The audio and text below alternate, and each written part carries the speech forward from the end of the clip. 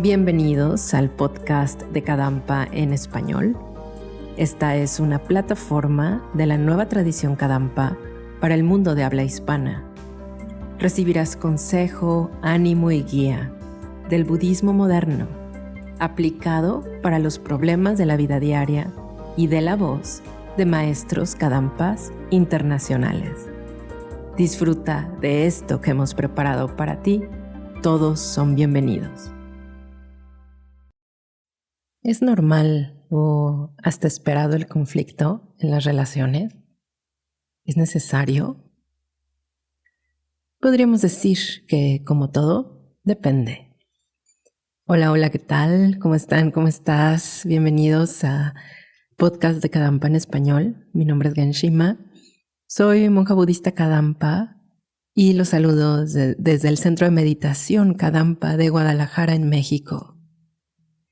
Hoy quiero compartirles algunos métodos extraídos de las enseñanzas de Buda para entender un poco mejor y transformarlo, vivirlo mejor, el conflicto, las discusiones, las diferencias de opinión, de la diferencia incluso cultural en nuestras relaciones. Y bueno, pues al transformar este conflicto, podemos aprender muchas cosas de nosotros, podemos aprender mucho de nosotros mismos, de los demás. Podemos aplicar un montón de sabiduría budista al conflicto, así que les doy la más cordial bienvenida a este episodio. Hace unos años, muchos años, tuve la idea de irme a estudiar la universidad a una ciudad distinta en donde yo había nacido. Entonces, cuando salí de la ciudad y empecé a compartir con personas un hogar, una casa, que pues en primer lugar yo no conocía, digamos, justo llegando, asentándome como estudiante y con estudiantes o chicos de otros lugares del país, como una misma situación, una misma actividad, incluso una misma comida, era tan diferente entre unos y los otros, ¿no? La misma forma, el mismo deseo de hacer algo, cada quien lo hacíamos tan diferente que me acuerdo que ese primer acercamiento de que la misma situación se puede hacer de diferente manera a como yo creo que es lo que está bien y que también se obtienen buenos resultados. Esa experiencia para mí fue muy reveladora de cómo por lo general nos aferramos o creemos que nuestra manera de hacer las cosas es la manera correcta y que la manera en que los demás lo hacen no lo es tanto o incluso hasta que está mal. El primer problema o de los primeros problemas que tuve en esos años fue el compartir las cosas, los hábitos de higiene también. Si alguien prefiere dejar que los platos se junten para luego lavarlos y si otra persona prefiere lavar en el momento en el que ensucia. Cuando yo tenía 19 años, pues la verdad no tenía mucha noción de cómo se hacían las cosas viviendo solo, ¿no? Y fue la causa, el lavado de los platos sucios, fue la causa de conflicto con las personas con las que yo vivía. Unos reclamaban que tenía que lavarse inmediatamente, otros decían que no valía la pena ese esfuerzo, que mejor se hacía eficiente al juntarlos muchos. Como era un lugar de relativo clima caliente, cuando ganó el equipo que prefería juntar los platos, pues lo que hicimos fue atraer a muchísimos insectos a nuestra casa. Y bueno, pues ahí quedó demostrado que el enojarnos entre nosotros y no llegar a un acuerdo, no saber expresar nuestras razones, el por qué vemos una cosa así, qué beneficios tiene nuestro punto de vista. El no poder expresarnos y en lugar en enfadarnos con el otro por el punto de vista que tiene, nos trajo muchos problemas en ese entonces de una plaga en nuestro departamento. Y bueno, pues yo perdí mi hogar. Entonces, pues quisiera que exploráramos un poquito el tema del conflicto, porque, bueno, si lo vemos desde el punto de vista de Buda, como personas en el samsara es el ciclo de vidas impuras, que no es más que una mente controlada por una vida controlada por perturbaciones mentales, que cada muerte sin control conduce a un renacimiento sin control. Y esto se sucede ininterrumpidamente hasta que no empezamos a controlar nuestra mente y alcanzamos estados mentales de mayor paz, mayor estabilidad, mayor madurez. Entonces las personas que vivimos en samsara, pues tenemos mentes gobernadas por perturbaciones mentales. Y es normal, es completamente normal que como personas, aún enfocadas en el desarrollo espiritual o en el desarrollo personal, tengamos situaciones o momentos en las que no estemos de acuerdo con otra persona. Es normal que nos duela o nos incomoden ciertas cosas en nuestras relaciones. Incluso que si, por ejemplo, tenemos una amistad y a esa amistad la conocemos de cierta forma, pero al ya profundizar en la relación o incluso tener una convivencia bajo el mismo techo, descubramos aspectos que no nos esperábamos, o sea, que nos puede sacar de onda un poco, nos puede mover el comportamiento propio y el de los demás. Es común y bueno, lo podemos ver a nuestro alrededor, que en nuestro propio punto de vista o nuestra manera de llevar las cosas, de trabajar, de hablar, de vivir la vida, entran en contraposición con las de nuestros amigos, familiares, pareja y compañeros de trabajo. Incluso sabemos que las relaciones no son lineales, pasan por diversas fases, nos vamos adaptando porque los miembros de la relación vamos cambiando. Las prioridades que teníamos hace unos años no son las mismas que tenemos ahora, ¿no?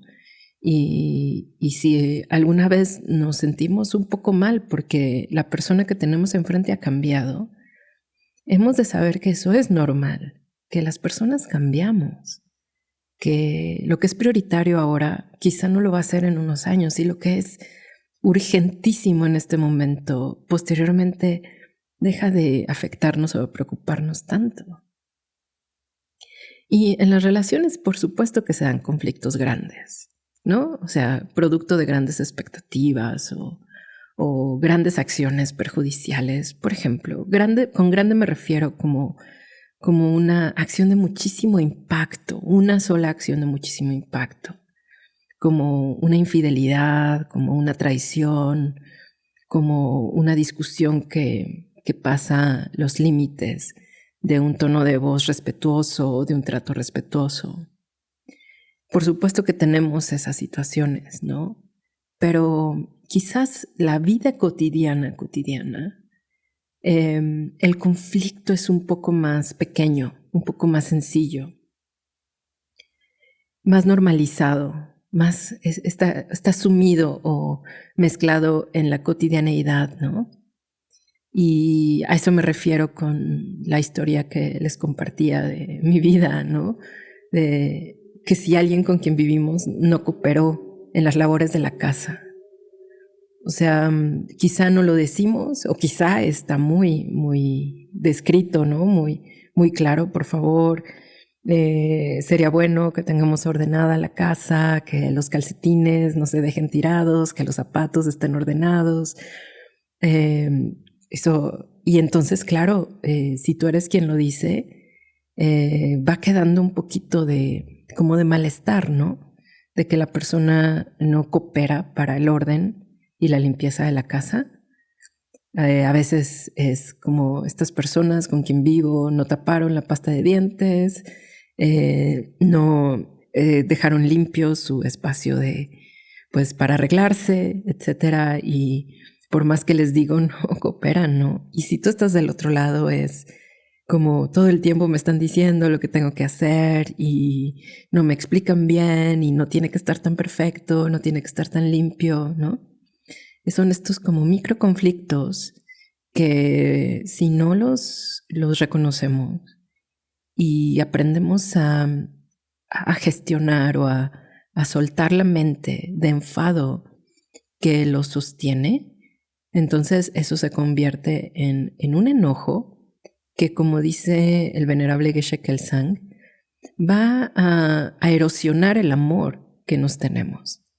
Y dice en su libro Cómo solucionar nuestros problemas humanos, dice, como una flor rodeada de malas hierbas, es imposible que el amor sobreviva en tales circunstancias, ¿no? Porque nos vamos enojando o micro enojando y luego lo que va sucediendo es que del micro enojo pasa a un enojo ya muy claro y del enojo claro pasa a una dinámica en la que nos comunicamos a través de este estado mental perjudicial que en su momento sentimos muy beneficioso, que es nuestro abogado, que es el que va a hacer que los otros hagan lo que uno quiere o lo que uno necesita, pero que en verdad lo que está haciendo es minar el amor que nos tenemos y el respeto que nos tenemos, ¿no? Estas pues situaciones en la vida son lo cotidiano, ¿no? Como muchas veces hemos aprendido a comunicarnos a través de estas perturbaciones mentales.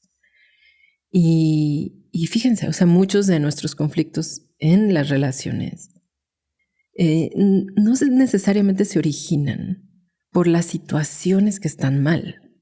En el caso de los platos que no se lavaban, esa era una situación que tenía que cambiar. Pero el conflicto en sí no vino de eso, sino solo fue como la punta de lanza para el conflicto real, que era el apego a el propio punto de vista, a que mi punto de vista está bien, que así se hacen las cosas, que así se deben hacer, ¿no? Y cuando tomamos ese tipo de ignorancia, mi punto de vista es el punto de vista, la mente se niega a escuchar a la otra persona e incluso nos resulta difícil explicar el porqué de nuestro punto de vista. Y en esta situación es muy importante la humildad, porque si bien es cierto que podamos tener razón, no sé si eres papá o mamá, pues tu trabajo es guiar, animar a tus hijos, presentarles al mundo e intentar que tengan un buen corazón, que sean buenas personas, que funcionen en la sociedad de manera que no tengan sufrimiento, ¿no? Entonces, claro, o sea, cuando el niño no quiere levantar sus juguetes, cuando el niño no quiere levantarse rápido de la cama para ir a la escuela, tú como papá o mamá tienes muchas razones por las cuales se tienen que levantar, pero cómo el enojo hace que veamos a un niño como nuestro enemigo, ¿no? El enemigo que no quiere cumplir sus tareas, no se quiere levantar temprano, no se quiere alistar rápido, sino está aquí, no, o sea, yo tengo poco tiempo antes de ir al trabajo, te voy a llevar al colegio y no estás cumpliendo con lo que debes cumplir. Y claro, seguro te preguntas, bueno, es que todo esto es para su beneficio, ¿no? Yo no me beneficio en nada en que haga esto o aquello. Y pues habrá que observar bien nuestra mente porque en este tipo de relaciones tenemos mucho apego a los logros de la otra persona. Y bajo este apego, odio e ignorancia, nos cuesta trabajo tender puentes para explicar nuestro punto de vista con una mente apacible, con una mente de amor, con una mente de compasión, pero también, o sea, con esta capacidad de negociar, de aceptar que quizá la otra persona tiene razón, ¿no? O sea, y digo quizás, o sea, tendrá su punto de vista, y si tenemos esta flexibilidad, podremos ver, a ver, ¿qué es lo más beneficioso para todos aquí? No solo en el plazo temporal, sino hablando de una relación tan impactante como el padre o la madre con los hijos, o pues la pareja, o nuestros amigos de la sanga, o alguna persona que sepamos, esta relación es muy impactante en mi vida, ¿no? ¿Qué es lo más beneficioso para todos aquí? Independientemente de que yo crea que es muy beneficioso esto, ¿es realmente beneficioso? Y a veces la respuesta es sí, este niño es bueno que se levante a ir a la escuela, ¿no? Sería bueno que laváramos los platos para evitar que vengan seres sintientes que van a querer comer de los restos de los platos. Es importante porque es compasivo para estos animales y es muy bonito vivir en un ambiente limpio. Sería bueno, digamos, ¿no?, en los microproblemas del hogar, ¿no?, que pues hiciéramos esto, que hiciéramos aquello. Y si tú estás del otro lado, tener esa apertura de escuchar. A lo mejor en casa de jóvenes no lo aprendimos, de niños no lo aprendimos, pero eso se puede desaprender y podemos reaprender formas con una comunicación que esté impregnada de amor, compasión y sabiduría, en el que en lugar de, al empezar el argumento, la discusión o el buscar el punto en común, en lugar de hacerlo apegados a nuestro punto de vista, nuestro deseo sea lo más beneficioso para todos. Y tengamos esta valentía de explicar nuestras razones con una mente tranquila, sin apego al resultado. Y a lo mejor en esa pequeña discusión o debate, no ganamos el punto, en el sentido de que pues no obtuvimos el apoyo de la pareja o el amigo, ¿no? Pero podemos seguir intentando en nuestra confianza de que es lo más beneficioso para los demás, ¿no? Si es alguien más pequeño que tiene que seguir nuestros consejos o nuestras órdenes, bueno, yo creo que sí es importante que esta persona reciba el ejemplo de una resolución del conflicto que no está basado en el enojo, en el odio, en la agresión, porque esto se replica, ¿no? El solucionar, entrecomillados, solucionar los problemas con odio nos trae más enemigos, nos trae más problemas. A lo mejor experimentamos una cierta disminución de momento, pero luego esto genera malos hábitos, genera agresividades, genera incluso, como el maestro nos decía, una erosión o un lastimar nuestro amor por los demás y el amor que los demás tienen por nosotros. Les quiero compartir un extracto de un libro que se llama Océano de Néctar, y habla el maestro sobre el apego a las creencias. Y dice así, el fuerte apego a nuestro propio punto de vista, el odio hacia los puntos de vista de los demás e intentar destruir sus puntos de vista por orgullo son meras concepciones que nos atan con más fuerza todavía al samsara y nos hacen padecer sufrimiento sin cesar. Cualquiera que sufra tales aflicciones, dice aquí el maestro, este texto es bastante académico, bastante profundo. Dice, no está cualificado para componer tratados que establezcan su propio punto de vista y rechacen los de los demás. Fíjense, o sea, bajado a la vida cotidiana, ¿no? Que si tenemos mucho apego a nuestro punto de vista y con odio refutamos los de los demás e intentamos destruir sus puntos de vista con orgullo, no estamos cualificados, no somos un ser humano que tiene esta capacidad de, aquí dicen, ¿no?, exponer tratados, o sea, de ser un buen ejemplo para los demás. Dice, en el Sutra del Rey de la Concentración, Buda dice, y se refiere a cuando tenemos apego al Dharma sagrado, ¿no?, a las enseñanzas de Buda.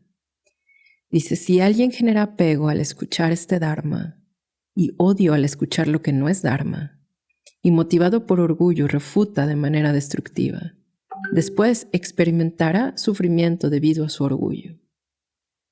Entonces, dice, por otro lado, aquellos que eliminan el apego y el odio con una mente pura, realizan análisis correctos, por lo tanto, alcanzarán la liberación del samsara con rapidez.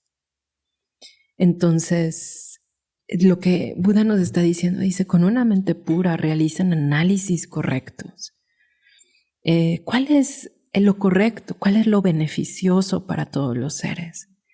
Y si con esa mente abierta, ligera, en vez de establecer canales de enfado, tendemos puentes que saben escuchar a la otra persona y que tienen esta capacidad de ayudarle a ver lo que nos beneficia a todos, es más fácil que reine la armonía en las relaciones, y es a través de este conflicto en el que vamos a crecer muchísimo, porque estas situaciones conflictivas nos ayudan a ver, son como un espejo en el que podemos ver este apego a nuestras opiniones, podemos ver el aferramiento que tenemos a nuestros puntos de vista y nos ayudan a fortalecer el amor en las relaciones si podemos abordar los desacuerdos con paciencia y compasión.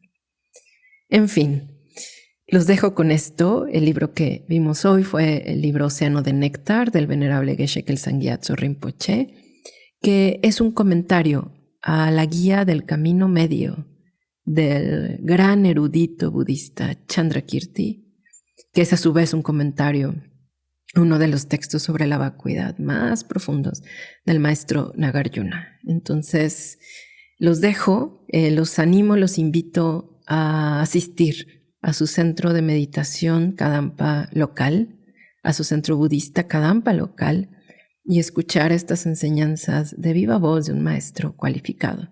Nos escuchamos muy pronto en el siguiente episodio del podcast de Kadampa en español. Hasta entonces.